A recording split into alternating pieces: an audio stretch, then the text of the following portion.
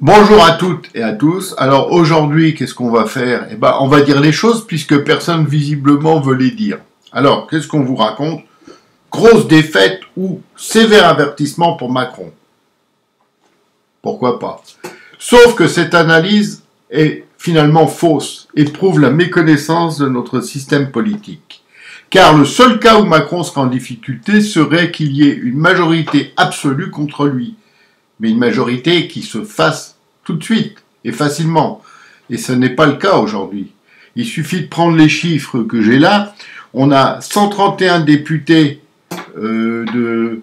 comment ça s'appelle, NUPES, là, le magma de gauche, et on a à peu près, je crois, 87 députés chez Marine Le Pen, et puis 60 à peu près chez les Républicains. Vous pouvez additionner, ça ne fera pas la majorité. On sera juste un petit peu en dessous. Donc, le seul cas où Macron est en danger serait justement qu'il y ait une majorité absolue contre lui, qui pourrait le censurer à l'Assemblée, dite nationale, mais qui ne l'est plus vraiment nationale, hein, on a vu ce qui se passe, et un simple calcul suffit pour comprendre que contrairement à la rumeur, parce qu'on peut appeler ça une rumeur, on dit fake news maintenant, mais moi je vais rester au mot rumeur, un simple calcul donc suffit pour le comprendre. Macron est serein sur ce point, mais il est très bon pour lui de continuer à faire peur aux Français. Il n'est pas dans la situation qu'avait connue Mitterrand, parce qu'il l'avait voulu, en 1986, qui lui a permis, en nommant Jacques Chirac comme Premier ministre, donc la première cohabitation ainsi, d'être élu de façon très confortable 2 ans plus tard, en 1988. Alors, il faudrait mieux se poser la seule question. Est-ce que Macron va chercher à garder la présidence après, en 2027? Parce que c'est ça la vraie question. Alors, s'il le fait, on le saura parce qu'il sera obligé de dissoudre l'Assemblée nationale pour trouver le moyen, avant de la dissoudre, de se faire réélire. Sinon, il fera son mandat en faisant fi, comme il l'a fait pendant 5 ans, de l'opposition. D'ailleurs, l'opposition devrait changer de nom parce qu'il ne s'oppose pas vraiment beaucoup. Alors, les médias vous mentent. Ils vous racontent n'importe quoi sciemment, puisqu'ils font la propagande de la gauche. Donc, ils roulent soit pour Macron, pour des raisons financières évidentes, soit pour Mélenchon, pour des raisons idéologiques non moins évidentes. Alors, je les ai longtemps pratiqués, ces médias. Ils procèdent toujours de la même façon. Et eux, pour ce faire, n'hésitent pas à diffuser des rumeurs, ou comme on dit aujourd'hui, des fake news. Hein. Ce sont vraiment des gens qui savent faire ce genre de choses, et puis qui le font bien. Je vous donne un seul exemple, parce que celui-là est merveilleux. La droite dite républicaine, celle qu'on encensait, celle qui était censée représenter une France digne, etc., je vous en passe, elle est au pâquerette. 7% à la fin de cette élection législative, c'est-à-dire rien. Hein. Elle est même plus importante, elle n'est plus rien, parce qu'elle se croit importante, parce qu'elle pense qu'elle va pouvoir faire du chantage à Macron, mais ça va se faire dans l'autre sens. Donc il n'y aura pas de problème. Eh bien, cette droite-là, qu'est-ce qu'on vous dit à la télé française? Je l'ai entendu sur 3 ou 4 chaînes. Hein. Les 3 ou 4 chaînes les plus importantes, d'ailleurs, je ne citerai pas les noms, je ne fais pas leur pub.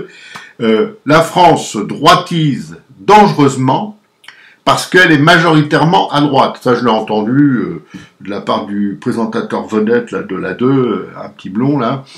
Eh bien, c'est scandaleux, parce que le gars, il a les résultats sous lui, où il voit que la droite, elle est en pleine déroute. Hein. Alors le gars, il livre du résultat et il vous dit le contraire à la télé. J'avais connu ça en 2014, je m'en rappellerai toujours parce que ça m'a marqué. C'était le 14 juillet. On voit des gens d'un certain âge par terre en train de se faire frapper par la police. Et le commentateur de TF1, à l'époque, je dis le nom, pas du commentateur parce qu'il a disparu, je pense, disait « Les manifestants ont attaqué la police ». Les gars, ils sont, je ne vous dire pas dans quel état ils étaient. Hein. Mais ça, on le voyait en direct, c'était formidable. Donc le procédé est bien rodé. Hein. Il est fait de façon à faire des ravages, dont le plus grand est sans nul doute l'abstention énorme qui se produit désormais à chaque élection, parce que cette abstention, au lieu de chercher à dire les jeunes ne votent pas, de faire des catégories comme on sait faire, c'est vraiment scandaleux, c'est de comprendre pourquoi les gens ne votent pas. Parce que je vais vous le dire, mais bon, vous me croyez ou pas, c'est pas grave, la majorité des gens qui ne votent pas sont des gens qui auraient voté certainement à droite. Mais ils ne veulent pas voter pour Macron, Donc, ils n'ont pas d'offre à droite, parce qu'excusez-moi, l'offre à droite, la vérité, elle a disparu. Hein, elle a disparu depuis, on va dire, 2012. Là, en plus, avec la trahison de Sarkozy, là, je vous dis pas, c'est morne pleine. Donc, il n'y a pas d'offre à droite qui suscite l'adhésion. Et il n'y en aura pas, parce que tant que ces gens de la droite, qui n'ont rien compris, excusez-moi, je vais pas dire leur nom, ils font des gros programmes, là, indigestes, hein, qui n'intéressent personne.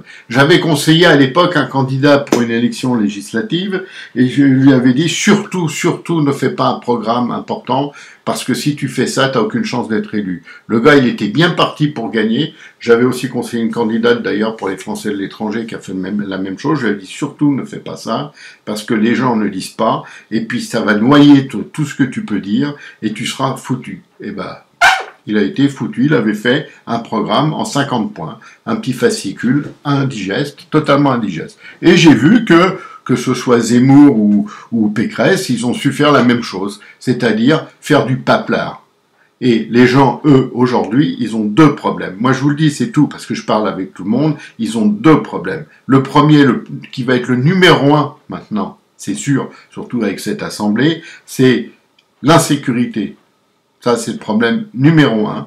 Et qui est lié à tout le reste, c'est le pouvoir d'achat. Le problème numéro 2, on peut les invertir, mettre 1 ou 2, mais ce sont les deux vrais problèmes. Donc, si vous voulez avoir des électeurs, messieurs de la droite ou mesdames de la droite, c'est très simple. Attachez-vous, alors, prouvez que vous êtes capable de régler les deux problèmes qui concernent tout le monde. Le pouvoir d'achat, l'insécurité. Vous pouvez retourner l'insécurité, le pouvoir d'achat. Et si vous avez compris ça, vous aurez fait, comme on dit, un grand pas en avant.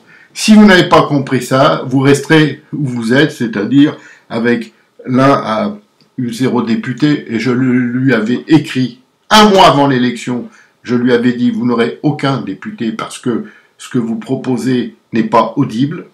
Hein.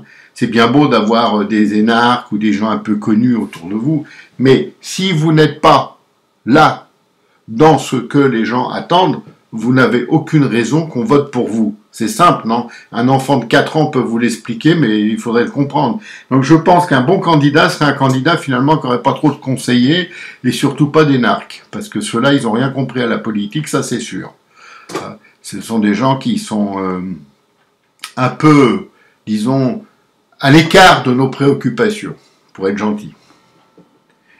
Alors, on suscite ainsi le désintérêt des électeurs. Les médias favorisent le parti de la gauche caviar au pouvoir et la gauche radicale réunie, enfin réunie, ça ne durera pas, tandis que la droite républicaine, donc, faute de s'affirmer vraiment, comme opposante à Macron, sombre à chaque élection un peu plus. Et puis là, Macron, il va avoir une arme extraordinaire, avec la montée du RN en nombre de députés, qui était inattendue, c'est elle qui a quand même, on peut le dire, avec Mélenchon qui ont tiré les marrons du feu, comme on dit, expression populaire, Macron il va ressortir l'arme favorite, hein. C'est le danger du fascisme en France, la peur. Parce que ça, c'est le truc qui a le mieux fonctionné depuis que Macron est là, depuis 2017.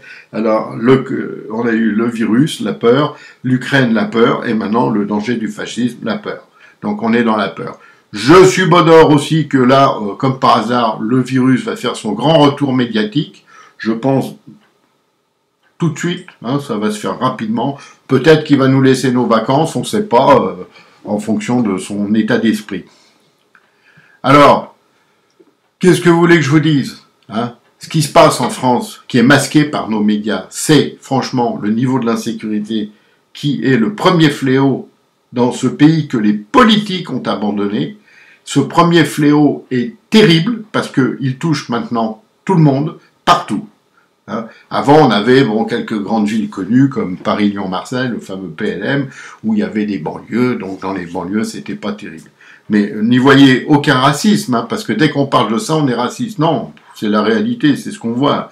Ce qui s'est passé au Stade de France, comme par hasard, les images ont disparu, alors que j'ai pu consulter des images tournées par des gens qui étaient présents, et il n'y a aucun doute sur les assaillants. Aucun.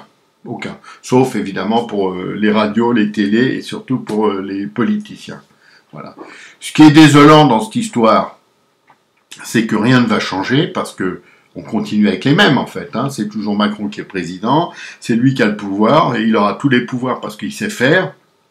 De l'autre côté, on aura une sorte d'opposition critique à la Mélenchon, là, qui lui va devoir gérer son magma, hein, qui va certainement imploser, parce que vous savez, les gens, ils vont avoir tous les dents longues, etc.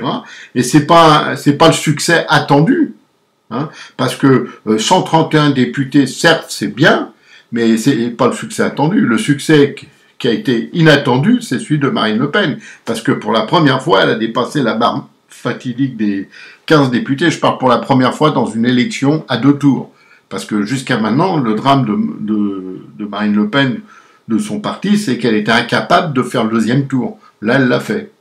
Donc, c'est ça qu'il faut retenir de cette élection.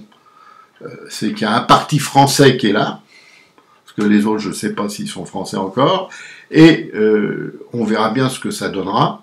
On verra bien si elle travaille ou pas à l'Assemblée, puisqu'elle quitte, je vous rappelle, son poste de présidente du RN pour devenir présidente de son groupe parlementaire.